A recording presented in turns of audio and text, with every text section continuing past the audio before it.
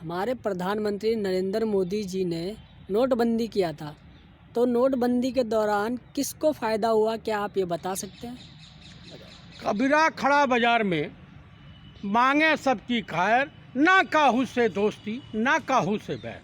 नोटबंदी के दौरान सबसे ज़्यादा अगर किसी को फ़ायदा हुआ था तो हिंदुस्तान के 4 लोगों को फ़ायदा हुआ था।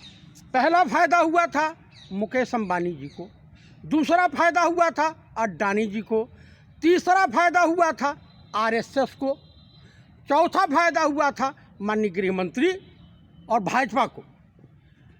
क्योंकि राजनीतिक गलियारों में और लोगों के बीच चट्टी चौराहे पे ये चर्चाएं आम हो गई है।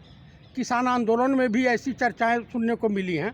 ये मैं नहीं कह रहा हूँ, लोगों की जो बातें हैं, जो मार्केट में चर्चाएं हो रही हैं, वो कह रहा हूँ कि नोटबंदी के बाद जब नई नोट 2000 और 500 की आई मार्केट में, तो लोग बता रहे हैं कि उर्जित पटेल को इस देश का आरबीआई का गवर्नर इसलिए बनाया गया था क्योंकि वो अंबानी के रिश्तेदार भी थे, और दूसरी बात यह है कि मोदी जी के चहेते थे, उनके नीचे दबे हुए थे, उनके एहसानों के नीचे दबे हुए थे। लगभग 15 लाख करोड़ रुपया वो अलग छपाई हुई थी, जो अंबानी, अडानी, आरएसएस और भाजपा को फ़ायदा देने के लिए। इसीलिए आज के डेट में हिंदुस्तान की इकोनॉमी, अर्थव्यवस्था चरमरा गई है। तमाम बैंक जो है दिवालिया आए दिन होते जा रहे हैं। जैसे वहाँ का पीएमसी बैंक महाराष्ट्र का, महाराष्ट्र और पंजाब बैंक जो कोऑपरेटिव बैंक था। इसलिए मोदी जी ने क्या किया, जल्दी जल्दी में कई बैंकों का समायोजन करना चालू किया कि भाई अगर उसके पास 15,000 है और इसके पास 30,000 है, टोटल 45,000 हो जा रहा है, तो सब बैंकों का जो मर्ज करेंगे तो ये सब जो घोटाले छुप जाएंगे। लेकिन ऐसा नहीं है। इसीलिए आज किसानों के साथ इस तरह का व्यवहार किया जा रहा है। किसान अन्नदाता को गुलाम बनाने के लिए ये अथक प्रयास है आरएसएस और भाजपा का। इस देश का बंधुआ मजदूर बना देना चाहते हैं। ये अंग्रेजों की नीति पे काम करने वाले लोग हैं। सच मामले में ये लोग आईएसआई और चाइना के एजेंट के तौर पे काम कर रहे हैं, देश को कमज़ोर कर रहे हैं आर्थिक रूप से और सामरिक रूप से, आंतरिक रूप से। इसीलिए आज अन्नदाता जो है धरने पे बैठा है। लाखों की संख्या में धीरे धीरे रूरल एरिया में, यानी ग्रामीण क्षेत्रों में ये चर्चाएं आम होने लगी हैं कि भैया इनसे अच्छी तो कांग्रेस थी, कांग्रेस के ज़माने में इस तरह का नहीं होता था। आज भाजपा की एक कद्दावर मंत्री श्रीमती स्मृति ईरानी जी के खिलाफ एफआईआर हो रहा है। एक इंटरनेशनल शूटर, मतलब निशानेबाज लड़की जो रायबरेली की है, छत्री कौम की है, उससे इनके पीए और लोगों ने मेंबर वगैरह बनाने के लिए 25 लाख रुपए की रिश्वत मांगी थी, जो मार्केट में आए दिन चर्चा का विषय बनी हुई है।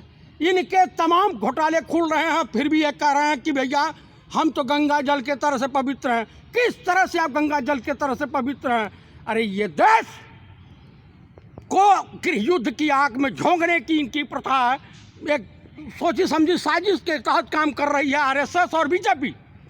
लेकिन ये देश अशफाकुल्ला खां, पंडित चंद्रशेखर आजाद, शहीद आजम भगत सिंह, बुटकेश्वर दत्त और पंडित राम प्रसाद बिस्मिल की शहादत पे पला है। और इस देश का सनातनी ब्राह्मण ये संकल्प ले लिया है कि हम भाजपा को एकदम रसातल में भेजकर अब धीरे धीरे इनके कार्यकर्ताओं की, भाजपा के नेताओं के खिलाफ लोग धरना प्रदर्शन ही नहीं, एकदम जिंदाबाद मुर्दाबाद के नारे लगाना चालू कर दिए हैं।